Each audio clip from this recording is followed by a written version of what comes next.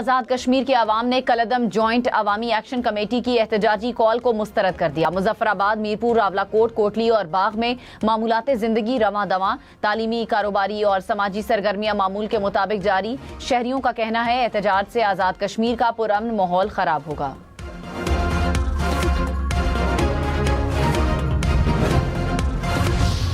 آئندہ مالی سال کا بجٹ 12 جون کو پیش کیے جانے کا امکان۔ قومی اسمبلی اور سینٹ کے اجلاس کل طلب کرنے کا فیصلہ۔ وفاقی وزیر پارلیمانی امور طارق فضل چودھری نے کہا وزیر اعظم نے قومی اسمبلی اور سینٹ کے اجلاس بلانے کی سمری صدر کو ارسال کر دی۔ قومی اقتصادی کونسل کا اجلاس کل ہو سکتا ہے۔ 11 جون کو اکنامک سروے جاری کیے جانے کا امکان۔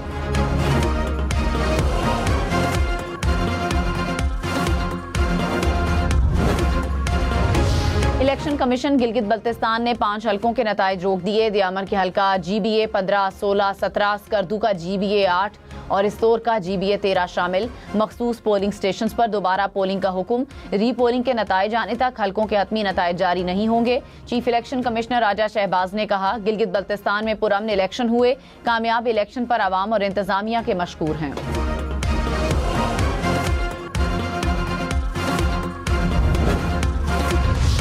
گلگت بلتستان کے حلقہ GBA 17 میں بے ضابطگیوں کی رپورٹ ڈپٹی کمشنر کو ارسال۔ RO کی رپورٹ کے مطابق 6 پولنگ سٹیشنز پر مسلح افراد نے دھاوا بول کر بیلٹ باکسز اور انتخابی مواد چھین لیا۔ بعض مقامات پر پولنگ عملے کو ہراساں کیا اور تشدد کا نشانہ بنایا۔ 2 پولنگ سٹیشنز کا انتخابی عملہ تاحال لاپتہ۔ متعدد پولنگ سٹیشنز کا ریکارڈ اور فارم 45 RO آفس تک نہیں پہنچ سکا۔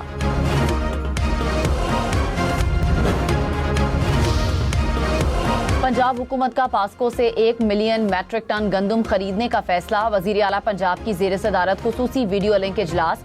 گندم اور آٹے کی صورتحال کا جائزہ۔ آٹے کی ملز کو گندم 3300 روپے فی من فراہم کی جائے گی۔ بریفنگ میں بتایا گیا کہ سندھ سے خیبر پختونخوا کو گندم کی فراہمی روکنے کی کوئی شکایت سامنے نہیں آئی۔ غذائی ضروریات پوری کرنے کے بعد پنجاب خیبر پختونخوا کو گندم کی فراہمی کا فرض ضرور ادا کرے گا۔ امیر جماعت اسلامی حافظ نعیم الرحمان نے کہا بجٹ میں عام آدمی کے لیے کچھ نہیں، بجٹ میں عوام کو ریلیف نہ ملا تو ہڑتال کریں گے۔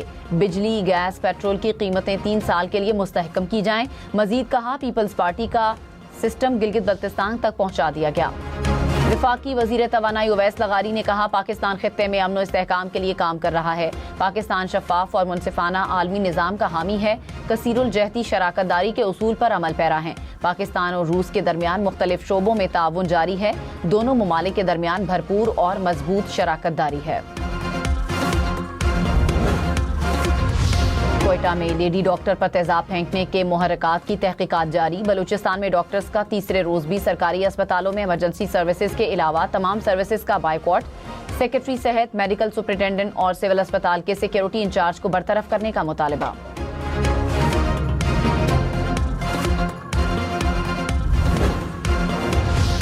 وفاقی وزیر صحت مصطفیٰ کمال نے کہا ہربل ادویات وقت کی ضرورت ہیں، ہربل سے متعلق قانون اور ریگولیشن نہیں ہے۔ ہم نے قانون سازی وزارت صحت سے وزارت قانون کو بھجوا دی ہے۔ پاکستان میں ہیلتھ کیئر سسٹم مزید بیماریاں پیدا کرتا ہے۔ بیماریاں جیسے بڑھ رہی ہیں، ہر گلی میں اسپتال بنا دیں پھر بھی کم ہوں گے۔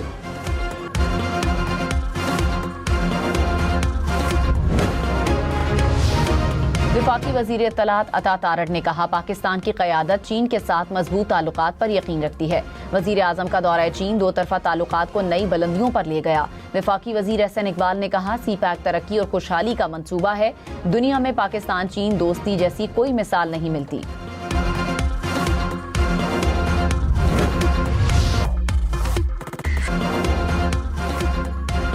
فیلڈ مارشل سید عاصم منیر سے لبنانی آرمی چیف کی ملاقات۔ خطے کی سیکیورٹی صورتحال، دفاعی تعاون کے فروغ پر تبادلہ خیال۔ لبنانی آرمی چیف نے علاقائی امن و استحکام میں پاک افواج کے کردار کی تعریف کی۔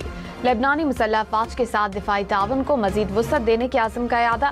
ISPR کے مطابق معزز مہمان کو تینوں مسلح افواج کے چاقو چوبند دستے نے گارڈ آف آنر پیش کیا۔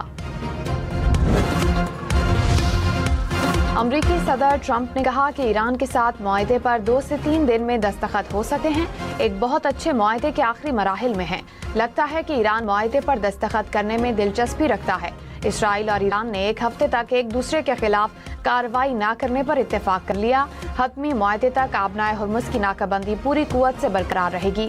ایران کے خلاف فتح کے بعد تیل کی قیمتیں تیزی سے کم ہوں گی۔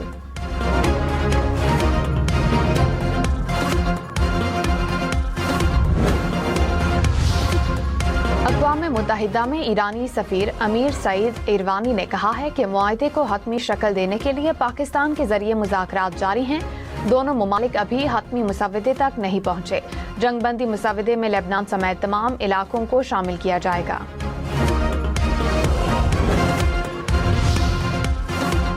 امریکی صدر ڈونلڈ ٹرمپ کی اسرائیلی وزیر اعظم کو سخت وارننگ، کہا اگر اسرائیل نے ایران کے خلاف دوبارہ جنگ کا آغاز کیا تو ہو سکتا ہے کہ اسے یہ جنگ اکیلے ہی لڑنی پڑے۔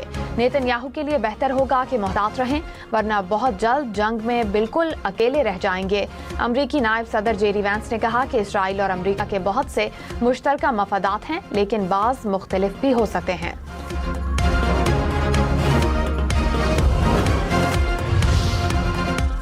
آبنائے ہرمز کی قریب امریکی گن شپ ہیلی کاپٹر گر کر تباہ۔ ہیلی کاپٹر میں سوار عملے کے دونوں اراکین کو باحفاظت ریسکیو کر لیا گیا۔ امریکی اخبار کے مطابق واضح نہیں ہو سکا کہ حادثہ کیسے پیش آیا۔ وجوہات جاننے کے لیے تحقیقات جاری۔ وفاقی بجٹ کی نئی تاریخ کا اعلان آج وزارت خزانہ کرے گی۔ قومی اقتصادی کونسل کا اجلاس کل ہو سکتا ہے۔ آئندہ مالی سال کے بجٹ کی منظوری دی جائے گی۔ 11 جون کو اکنامک سروے جاری کیے جانے کا امکان ہے۔ صدر آصف زرداری سے وزیر اعظم شہباز شریف کی ملاقات۔ پی ایس ٹی پی سمیت بیشتر بجٹ تجاویز پر اتفاق۔ صدر کا بجٹ میں عوامی فلاح، صوبوں کے حقوق اور معاشی استحکام کو ترجیح دینے پر زور، کہا ترقی کی شرح اور عوامی فلاح کی اسکیموں کو ہم آہنگ کیا جائے۔ ملاقات میں قومی سلامتی، داخلی اور علاقائی صورتحال پر بھی تبادلہ خیال۔ وزیر داخلہ محسن نقوی نے دورہ ایران اور سفارتی رابطوں پر بریفنگ دی۔ گلگت بلتستان الیکشن اور آزاد کشمیر کی صورتحال پر بھی بات چیت۔ ملاقات میں بلاول بھٹو کی بھی شرکت۔ الیکشن کمیشن گلگت بلتستان نے 5 حلقوں کے نتائج روک دیے۔ دیامر کے حلقے GBA 15، 16، 17، سکردو کا GBA 8 اور استور کا GBA 13 شامل۔ مخصوص پولنگ سٹیشنز پر دوبارہ پولنگ کا حکم۔ ری پولنگ کے نتائج آنے تک حلقوں کے حتمی نتائج جاری نہیں ہوں گے۔ گلگت بلتستان انتخابات میں پیپلز پارٹی 9 حلقوں میں کامیاب۔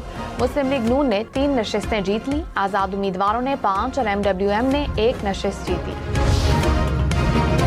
استور کے حلقہ GBA 14 سے بھی مسلم لیگ نون کے رانا محمد فاروق کامیاب۔ پیپلز پارٹی کا امیدوار سید محمد عباس دوسرے نمبر پر۔ گلگت بلتستان میں PP اور نون لیگ کی اتحادی حکومت کا امکان۔ ذرائع کے مطابق وزیر اعلیٰ پیپلز پارٹی اور گورنر مسلم لیگ نون کا ہو سکتا ہے۔ اتحادی حکومت میں وزارتوں کی تقسیم کا فارمولہ 40 اور 60 ہوگا۔ پیپلز پارٹی کی قیادت اور نون لیگ گلگت بلتستان میں حکومتی ماڈل طے کرے گی۔ صدر پیپلز پارٹی گلگت بلتستان امجد حسین ایڈوکیٹ کی پروگرام صبح سے آگے میں گفتگو، کہا پیپلز پارٹی اور نون لیگ کی 2/3 اکثریت بنتی ہے۔ وزیر اعلیٰ نامزد کرنے کا اختیار بلاول بھٹو کے پاس ہے۔ گلگت بلتستان الیکشن میں کامیابی پر چودھری شجاعت کی صدر آصف زرداری کو مبارکباد، کہا عوام نے جمہوریت، ترقی اور استحکام کے حق میں فیصلہ دیا۔ انتخابی کامیابی عوامی خدمت، سیاسی بصیرت اور عوام کے اعتماد کا مظہر ہے۔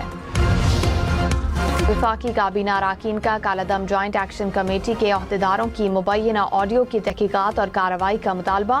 وزیر مملکت داخلہ طلال چودھری نے کہا کہ سوشل میڈیا پر لیک آڈیو انتہائی سنگین نوعیت کا معاملہ ہے۔ کالعدم ایکشن کمیٹی کے حوالے سے متعدد شواہد پہلے ہی سامنے آ چکے ہیں۔ وزیر مملکت بیرسٹر عقیل نے کہا کہ مبینہ آڈیو لیک نے کئی حقائق سے پردہ اٹھا دیا۔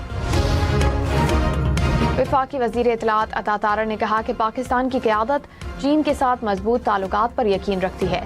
وزیر اعظم کا دورہ چین 2 طرفہ تعلقات کو نئی بلندیوں پر لے گیا۔